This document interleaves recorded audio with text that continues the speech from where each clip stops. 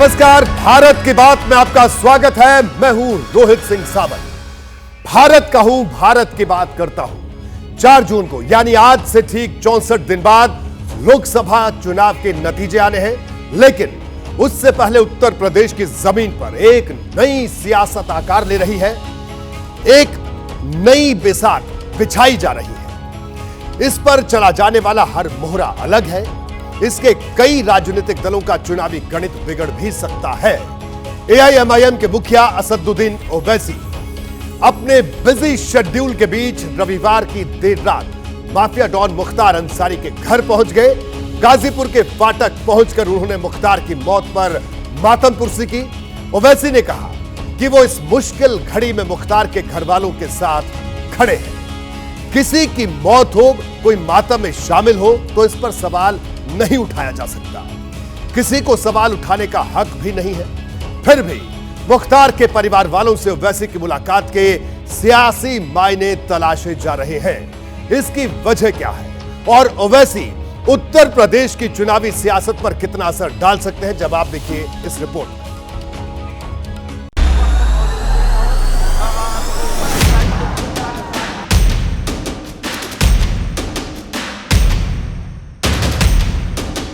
आप यूज कर रहे हैं अल्पसंख्यक समाज को और उसके बावजूद भी आप कुछ नहीं कर पाते हैं। आप अपने हाथों से अपनी खबर खोद रहे हैं, तो इसका मैं जिम्मेदार कैसे हूं?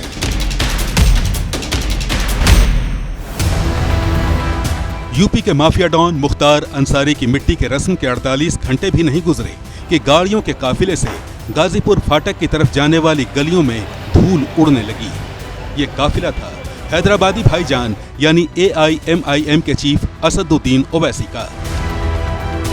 कस्टडी में उनकी मौत हुई है और यहाँ की प्रदेश सरकार उसकी जिम्मेदार है, तो हम उनको कंडोलेंसेस और पुरसा देकर आए।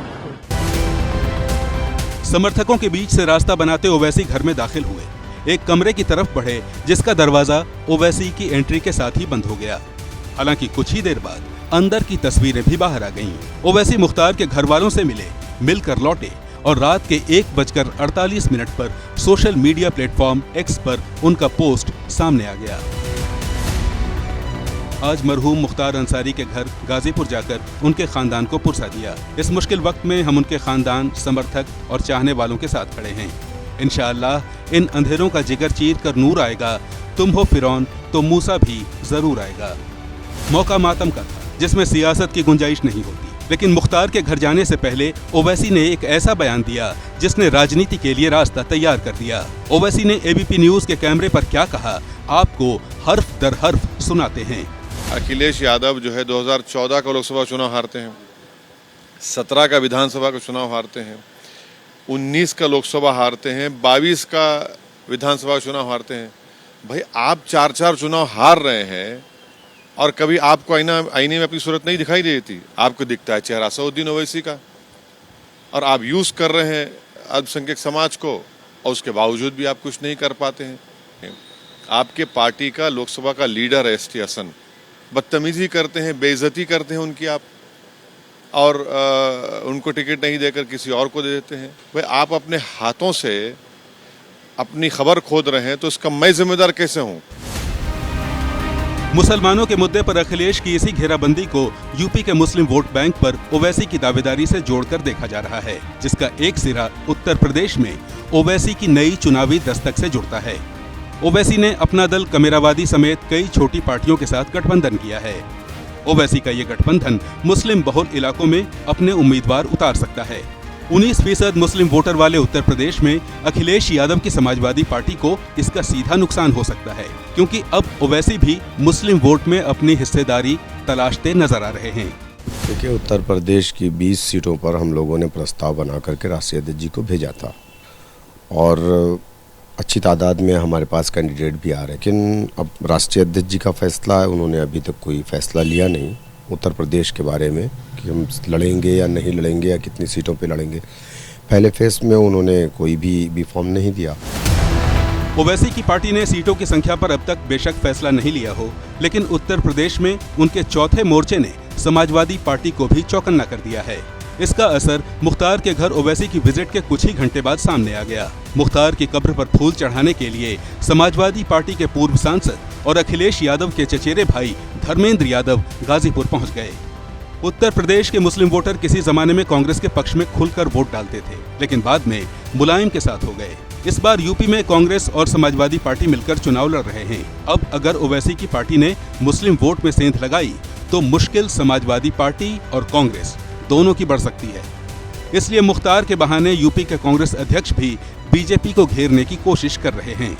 विपक्ष भी कह रहा है कि जहर देकर के मारने वाली बात। जो आरोप लग रहा है छोटा आरोप नहीं है, बहुत बड़ा आरोप है। मैं समझता हूं कि इसकी जांच करानी चाहिए। चूंकि पैक्ट हो चुका है सपा और कांग्रेस का, तो क्या कुछ ऐसा हो सकता है कि आप प्रचार में जाएं उस परिवार में? अफजाल अंसारी वहां से लड़ रहे हैं, ऐसा कुछ अभी तक आपके सामने प्रपोजल आया है? पार्टी तय करेगी, पार्टी का नेतृत्व तय करेगा कि कैसे, किस तरीके से, कौन आदमी किस तरीके से प्रचार करने कहाँ जाएगा, कहाँ नहीं जाएगा। लीडरशिप जो निर्देश करेगी उसका पालन करेगी। ये वही अजय राय हैं जिनके भाई अवधेश राय की हत्या में मुख्तार को आजीवन कारावास की सजा हुई थी। इसके लिए अजय राय ने 32 साल तक कानूनी लड़ाई लड़ी थी, लेकिन अब वो मुख्तार के भाई के लिए चुनाव प्रचार को भी तैयार हैं। असदुद्दीन ओवैसी की पार्टी यूपी में कितनी सीटों पर लड़ेगी, कितनी जीतेगी, ये तो कहना मुश्किल है, लेकिन उसने अगर उम्मीदवार उतारे तो इंडिया अलायंस का चुनावी गणित बिगड़ सकता है।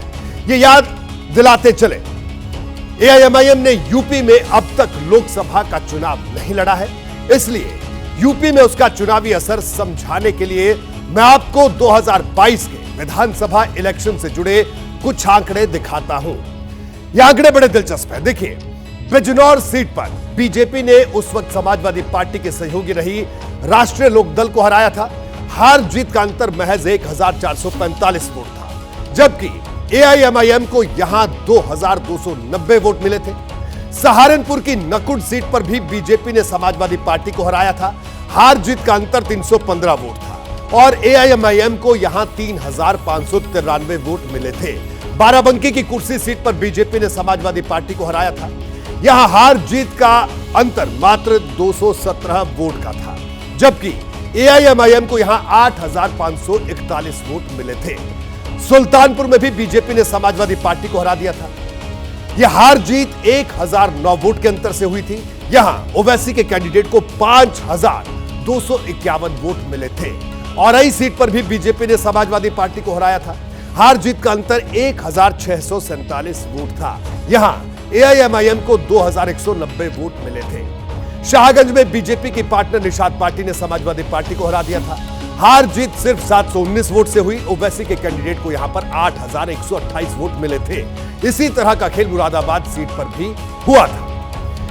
समझना मुश्किल नहीं कि अगर ओवैसी ने चुनाव में कैंडिडेट नहीं उतारे होते तो सीधा फायदा समाजवादी पार्टी को होता। हालांकि एक दिलचस्प फैक्टर यह भी है कि 2022 के विधानसभा चुनाव में ओवैसी ने यूपी की 95 सीट पर उम्मीदवार उतारे थे और सबकी जमानत जब्त हो गई थी।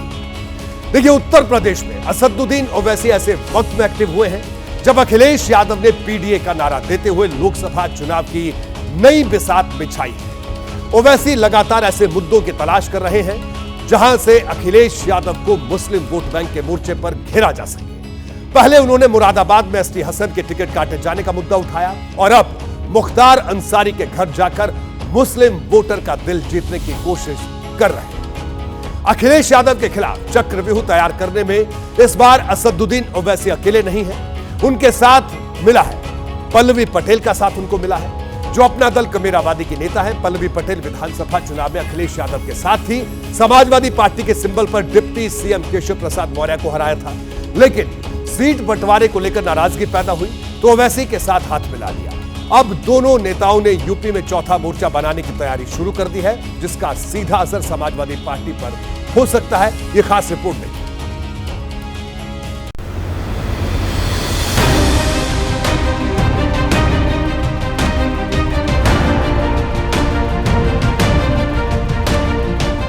लोकसभा चुनाव के लिए अखिलेश यादव ने यूपी की सियासी जमीन पर पीडीए का फूल खिलाया तो ओवैसी और पल्लवी पटेल पीडीएम का नारा लेकर उनके रास्ते में खड़े हो गए हैं।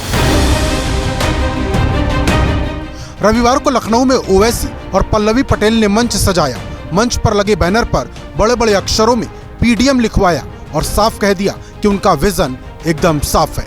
जहां अखिलेश यादव अपने पीडीए में ए का जिक्र कभी आदिवासी, कभी अल्पसंख्यक, कभी आधी आबादी तो कभी शोषित अगड़ों के लिए करते हैं, तो ओवैसी और पल्लवी पटेल ने एक ही जगह एम लिखकर सीधे सीधे मुसलमानों तक संदेश पहुंचा दिया। ये क्या था ना, वो पीडीए जो अंग्रेजी में था only public display of affection, खत्म है। उनका मकसद ये है कि मुसलमान अंधे बनकर उनको वोट डालते रहें, मुसलमान सिर्फ दरी बिछाएं और नौजवान मुस्लिम पुकारे के भैया पे जवानी कुर्बान। कहे का एम वाई, खाली वाई फैक्टर काम करता है वहाँ पर। नहीं कहाँ पर, वहाँ पर सिर्फ वाई फैक्टर काम करता है, एम कहाँ पर, वहाँ ए टू जेड अलायंस कहाँ है वहाँ पर। पिछला दलित और मुसलमान के वास्तविक अस्तित्व को स्थापित करने की लड़ाई लड़ रहे हैं।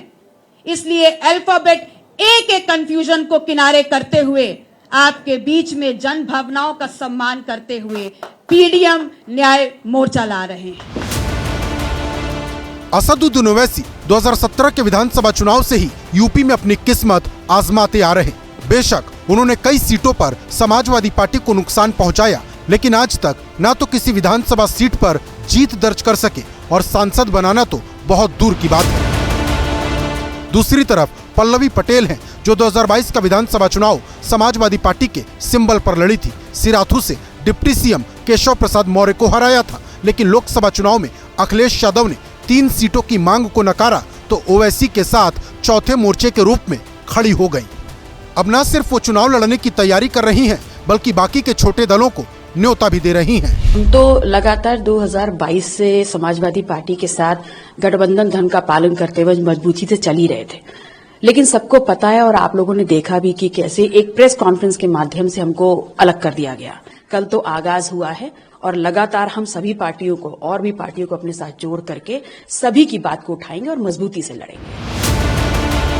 पीडीएम के नाम से बने इस चौथे मोर्चे में स्वामी प्रसाद मौर्य को भी शामिल कराने की कोशिश हो रही। कुछ दिन पहले ही स्वामी प्रसाद मौर्य ने समाजवादी पार्टी से अलग होकर नई पार्टी बनाई है। खुद कुशीनगर से लोकसभा चुनाव लड़ने का ऐलान किया है।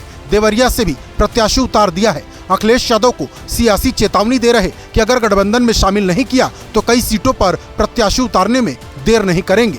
स्वामी प्रसाद मौर्य ये भी कहते हैं कि वो इंडिया गठबंधन के साथ खड़े हैं। मैं इंडिया अलायंस का सहयोगी था, आज भी हूं, आगे भी रहूंगा।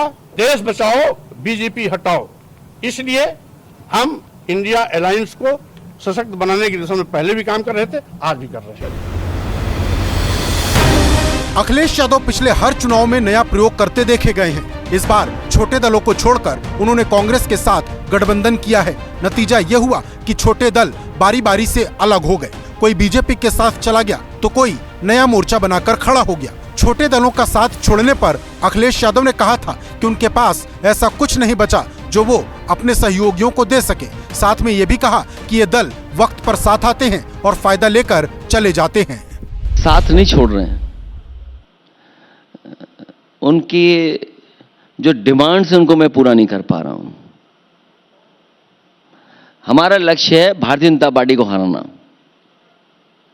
कई दलों का लक्ष्य है अपना दल बनाना।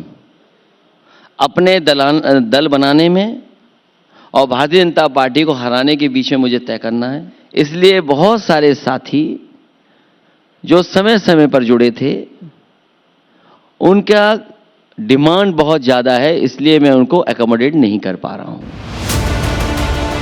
पल्लवी पटेल की कोशिश थी कि बाबू सिंह कुशवाहा की पार्टी को भी अपने साथ जोड़ा जाए। बाबू सिंह कुशवाहा बीएसपी के बड़े नेता थे। इस वक्त खुद की पार्टी चलाते हैं जो कुर्मी कुशवाहा बेल्ट वाले पूर्वांचल और बुंदेलखंड के कुछ हिस्से में असर दिखाती है। हालांकि पता ये चला है कि बाबू सिंह कुशवाहा अखिलेश यादव के संपर्क में हैं, लेकिन ओवैसी और पल्लवी पटेल के साथ आने पर समाजवादी पार्टी को डंट लगने का डर जरूर है। हैदराबादी भाईजान 2022 के विधानसभा चुनाव में बाबू सिंह कुशवाहा के दल और डॉक्टर अयूब के दल से भी गठबंधन करके देख चुके हैं। इस बार वो आए हैं। हैदराबाद में अच्छी बिरयानी मिलती है, लखनऊ में टुंडे कबाबी है, इदरीस की बिरयानी है, शर्मा की चाय है, पंडित जी की चाट है, खाए और जाए। इतना ही है। उत्तर प्रदेश की जनता ओवैसी जी उनके गठबंधन को जानती है, उनकी नीयत को जानती है। कुर्मी वोटर को लेकर पल्लवी पटेल का जनाधार भले बहुत बड़ा नहीं है, लेकिन मुस्लिम वोटों में सेंधमारी के लिए ओवैसी का चेहरा काफी मजबूत है। पूर्वांचल में ओवैसी भले ही ज्यादा खेला न कर पाए, लेकिन पश्चिमी यूपी की मुरादाबाद और संभल जैसी लोकसभा सीटों पर कोई मजबूत उम्मीदवार उतारकर अखिलेश यादव के पीडीए वाले फूल के आगे कांटे जरूर बिछा सकते हैं।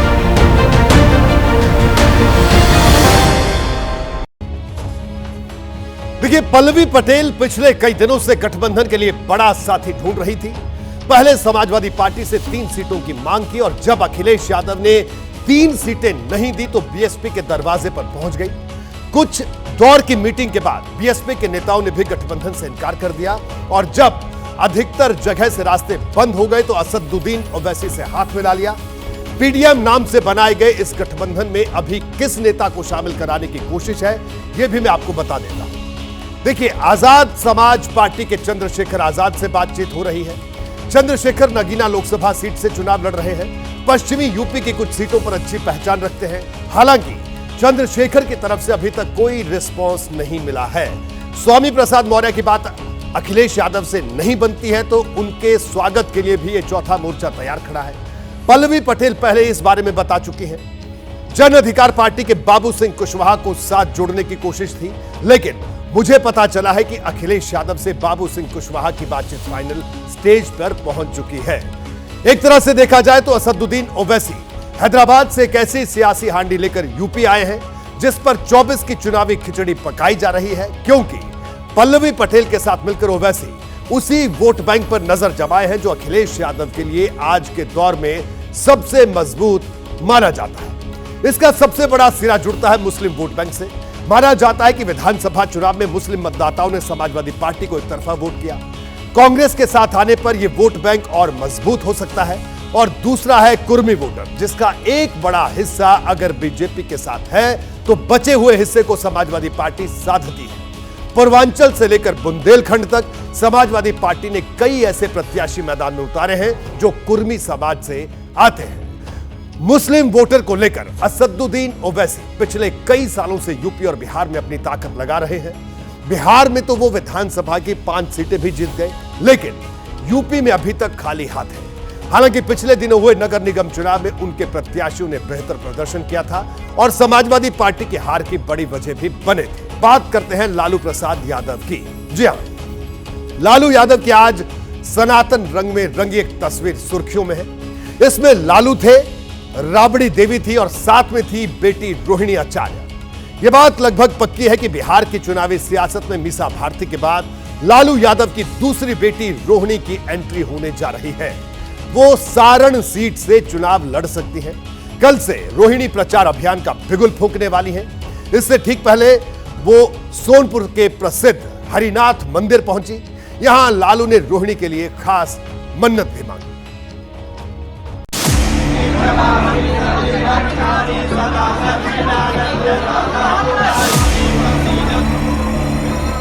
लालू यादव के साथ बाबा हरिहरनाथ की आरती करती बेटी रोहिणी आचार्य।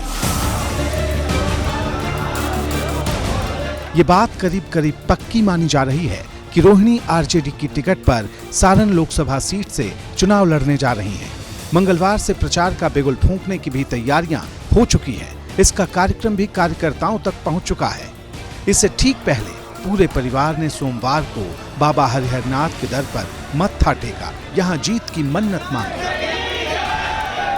रोहिणी आचार्य अपने माता पिता लालू राबड़ी के साथ यहाँ आई। रोहिणी सारण से राजद से लोकसभा चुनाव लड़ेंगी। कल से वो जनसंपर्क अभियान शुरू करने वाली हैं। उस दौरान डोर टू डोर कैंपेन होगा, रैलियां होंगी, रोड शो होगा। आज आकर वो भगवान का यहाँ पर पूजा पाठ कर आशीर्वाद ली हैं। बाबा हरिहरनाथ के इस मंदिर में सोमवार की वजह से खासी भीड़ थी। आम लोगों के बीच लालू यादव कंधे पर भगवा गमछा डाले पूजा में तल्लीन दिखे। बेटी के माथे पर हाथ रखे लालू ने इस विश्व प्रसिद्ध मंदिर में खास प्रार्थना की। बताया जा रहा है कि लालू ने भगवान हरिहरनाथ से बेटी रोहिणी की जीत के लिए आशीर्वाद मांगा। लालू अपनी 2 बेटी मीसा भारती को पाटलिपुत्र से चुनाव लड़ा रहे हैं, वहीं सारण से रोहिणी आचार्य को चुनाव लड़ाएंगे। आरजेडी के तमाम नेता कार्यकर्ता बहुत उत्साहित हैं। आज जब रोहिणी यहाँ आई थी तो जिंदाबाद के नारे लग रहे थे। राजद का साफ कहना है कि जनता हमारे साथ है। रोहिणी के साथ पिता लालू यादव और मां राबड़ी देवी के साथ बड़ी बहन मीसा भारती भी मौजूद थी। साथ में रोहिणी के पति समरेश सिंह भी थे।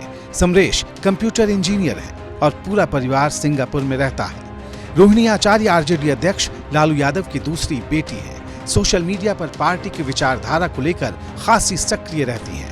पिछले दिनों रोहिणी तब सुर्खियों में आई थी जब उन्होंने पिता लालू यादव को अपनी एक किडनी डोनेट की थी। लालू की सिंगापुर में तब सर्जरी हुई थी और इस दौरान रोहिणी छाया की तरह उनके साथ रही। भले ही लालू की सेहत पूरी तरह दुरुस्त नहीं हो, लेकिन बेटी रोहिणी आचार्य की पहली सियासी जंग में जीत दिलाने वो खुद मैदान में उतर आए हैं। लालू जानते हैं कि सारण की जंग आसान नहीं। इस सीट से लालू और राबड़ी दोनों ही चुनाव लड़ चुके हैं। 2009 में लालू जीत गए तो 2014 में राबड़ी सारण के मुकाबले में हार गई। तब से अब तक इस पर बीजेपी का कब्जा है। बीजेपी ने 2009 से अब तक यहाँ उम्मीदवार नहीं बदला। इस बार अगर आरजेडी ने यहाँ से रोहिणी के नाम पर मुहर लगाई तो बीजेपी के राजीव प्रताप रूडी से उनकी सीधी टक्कर होगी। 2009 के लोकसभा चुनाव में इस सीट पर लालू यादव ने राजीव प्रताप रूडी को 51,000 से ज्यादा वोटों से हराया था। 2014 के चुनाव में यहाँ से लालू की जगह राबड़ी देवी मैदान में उतरी थी, लेकिन रूडी से मुकाबले में हार गई। रूडी 40,000 से ज्यादा वोट से जीते। 2019 में एक बार फिर बीजेपी ने राजीव प्रताप रूडी पर ही दांव लगाया। आरजेडी की तरफ से तब चंद्रिका राय उम्मीदवार बनाए गए थे। इस मुकाबले में बीजेपी की जीत का अंतर और भी बड़ा हो गया। रूडी ने 1,38,000 से भी ज्यादा वोट से जीत दर्ज की। चंद्रिका राय लालू यादव के रिश्तेदार रहे हैं। 2018 में चंद्रिका राय की बेटी ऐश्वर्या से लालू के बड़े बेटे तेज प्रताप यादव की शादी हुई थी। बाद में ऐश्वर्या ने लालू परिवार पर प्रताड़ना और घर से बाहर निकालने के आरोप लगाए। तेज प्रताप ने तलाक की अर्जी लगा दी। फिलहाल पारिवारिक विवाद का ये मामला अदालत में है। उधर बीजेपी अब रोहिणी को चुनाव लड़ाने की तैयारियों पर सवाल उठा रही है। ऐश्वर्या राय को जब घर से धक्के देकर निकाल रही थी, रोहिणी आचार्य जी आप क्यों नहीं ट्वीट कर रहे थे उसके पक्ष में? क्यों नहीं अपनी भाभी को हाथ पकड़ के घर के अंदर लाए? ये दोहरा चरित्र दोहरा खेल नहीं चलेगा। आप तो गोपालगंज से सारण गई हैं, लेकिन सारण की बेटी का अपमान हर बेटी और माँ मांग रहा इंसाफ। भले ही आरजेडी ने अभी तक रोहिणी आचार्य की उम्मीदवारी का आधिकारिक ऐलान नहीं किया हो, लेकिन रोहिणी के जनसंपर्क अभियान का कार्यक्रम तय है। 2 अप्रैल से रोहिणी सारण लोकसभा क्षेत्र में धुआंधार प्रचार अभियान करती दिखाई देंगी। इसने अभी से क्षेत्र में सियासी माहौल गर्मा दिया है। जो एनडीए के घटक दल हैं नीतीश बाबू, उनकी कोई हिसाब नहीं है। रोहिणी आचार्य को टिकट मिला है, यहाँ से भारी मतों से जीतेंगी वो बेटी बिहार की है। अच्छा, बिहार की बेटी देकर जो दान करके जो मिसाल कायम किया है, उसके लिए लालू यादव मतलब पूरा जनता सारण का उनके साथ है। वही वोट दिया जाएगा लालू का लड़की को, और वही रोहिणी को हम लोग जिताएंगे। सारण में 5वें चरण में 20 मई को वोटिंग होनी है, यानी अब कुल मिलाकर 1.5 महीने का ही वक्त बचा है। इसलिए महासंग्राम का बिगुल फूंकने रोहिणी के साथ खुद लालू यादव भी मैदान में उतर आए हैं। देखिए, 2008 तक सारण सीट की जगह छपरा लोकसभा सीट हुआ करती थी। परिसीमन के बाद यह सीट सारण हो गई। यहां आपके लिए यह जानना बेहद जरूरी है कि रोहिणी के लिए आरजेडी ने सारण सीट को ही क्यों चुना, वो भी तब जबकि पिछले 2 मुकाबले में यहां से आरजेडी की करारी हार हुई है। सारण से राबड़ी देवी तक चुनाव हार चुके हैं। इससे साफ है कि सारण चुनौती के लिहाज से मुश्किल सीट है। बावजूद इसके सारण से लालू परिवार की उम्मीदों की वजह अब समझिए। देखिए, इसका कनेक्शन 2020 में हुए विधानसभा चुनाव से सीधे सीधे है। आखिर आरजेडी ने रोहिणी के लिए सारण क्यों चुना, इसकी वजह मैं आपको गिनाता हूं। वजह नंबर 1, सारण जिले की 10 में से 7 विधानसभा सीट पर महागठबंधन काबिज है। वजह नंबर 2, 2020 के विधानसभा चुनाव में महागठबंधन को सारण जिले में 6,33,000 वोट मिले, एनडीए को 5,38,000 वोट मिले। वजह नंबर 3, सारण लोकसभा सीट पर मुस्लिम यादव वोटर 42% है, यादव वोटर 27% और मुस्लिम वोटर 15% है। वजह नंबर 4, लालू यहां से कुल 4 लोकसभा चुनाव जीत चुके हैं। वजह नंबर 5, आरजेडी और लालू परिवार के लिए प्रतिष्ठा से जुड़ी हुई यह सीट है और यहां पर मुकाबला इस बार भी भारतीय जनता पार्टी के राजीव प्रताप रूडी से होगा, रोहिणी आचार्य का। दिल्ली के शराब घोटाले में आज एक नया मोड़ आया। अरविंद केजरीवाल के 2 मंत्रियों पर संकट के बादल मंडराने लगे हैं। आखिर आज ऐसा क्या हुआ, देखिए रिपोर्ट।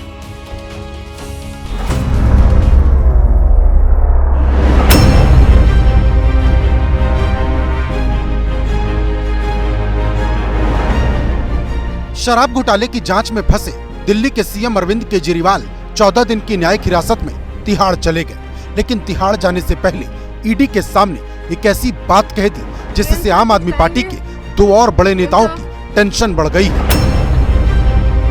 आज जब ईडी केजरीवाल को कोर्ट में पेशी के लिए लाई तो उसने आगे के लिए कोई रिमांड नहीं मांगी, लेकिन एक ऐसा दावा जरूर कर दिया जो दिल्ली सरकार में मंत्री आतिशी और सौरभ भारद्वाज के गले की फांस बन सकता है। केजरीवाल के हवाले से ईडी ने कोर्ट में बताया कि विजय नायर, आतिशी और सौरभ भारद्वाज को रिपोर्ट करता था।